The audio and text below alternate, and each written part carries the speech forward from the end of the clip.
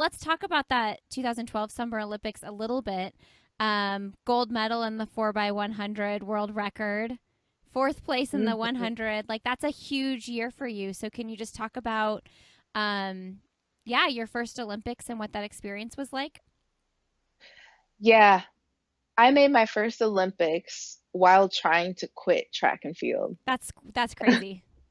Yes, because I hired Raina Ryder, who was my coach for 2012, in an attempt to make a little bit of a comeback Mm-hmm. because for the previous 7 seasons, so I won my first world championship title while a student at Tennessee, and then another one the following year indoor, but then went on this like horrible decline for 7 seasons.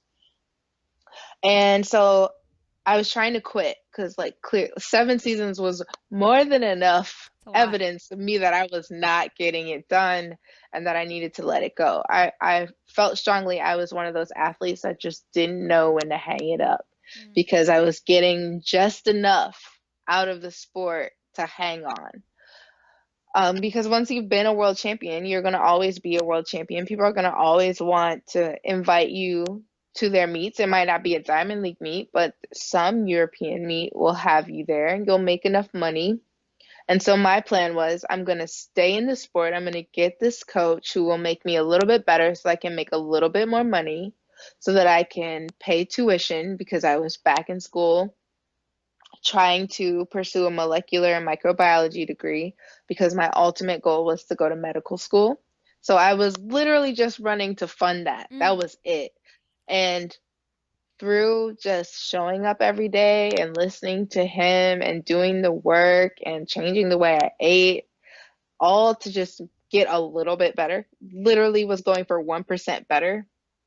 All of that added up to me showing up at an indoor track meet for the 60 running 7:01, which was world number one. And both of us, myself and my coach, are like, oh shit. And then suddenly it was like, he, on that day I was in the long jump and he pulled me out of the long jump. He was like, kid, you're a sprinter. And I Mm. was just like, what? And that was just February. That was when I really was like, now I have to put my plan on that other plan, the plan to quit on hold because I'm back. And in hindsight, that's really a really important lesson because one, I didn't quit on myself, and even though the reason I was still in it wasn't as profound or as exciting as I want to make one Olympic team before I go, all of that effort still mattered. And the result took care of itself. And so it really freed me to not be so result oriented because I wasn't even thinking about the Olympics. I was thinking about the effort Mm-hmm. and I got the Olympics because of the effort. So that's the groundwork of 2012. So getting there and running the rounds was a surreal experience for me because like I said, I always have this little thing where I'm like I'm not supposed to be here. I'm just a jumper from Illyria. Mm. My coach told me before the final, he said you have to run sub 1090 to get a medal. Historically, 10:08 is what gets you a medal.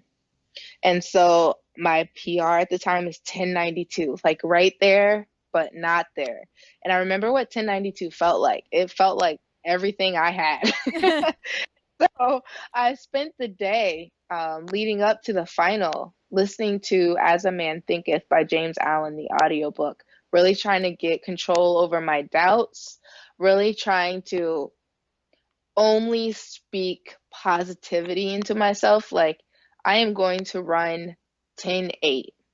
When I run 10:08, I will feel awesome. It was 10:08, 10:08, 10:08, and then focusing on, the actual practical execution points that I needed to do to make that happen.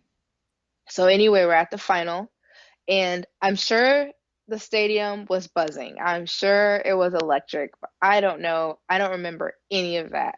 I remember setting my blocks, and I was in lane 9. I remember looking to the right, like damn, that camera's kind of close. And then reeling it back in and then running for my life because lane 9 is kind of, it seems like it's like a totally different race Mm. from everyone else.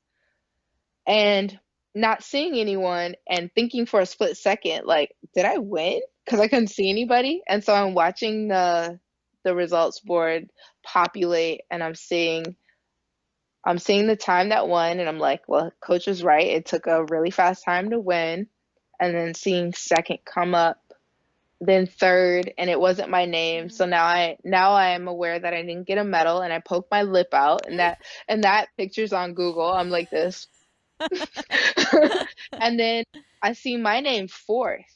And I'm like, fourth, okay, fourth in the world, not so bad. And then I see the time, 10:85, and I'm like, Huge PR. yes. And then I think I had a more boisterous celebration than the winner because I was like, I have spent all this time like trying to like amp myself up to run this time and I ran the time. And then jokingly I was like, maybe I should have also said I wanted a medal, like since I'm In those manifesting like things out here. manifestations, yeah.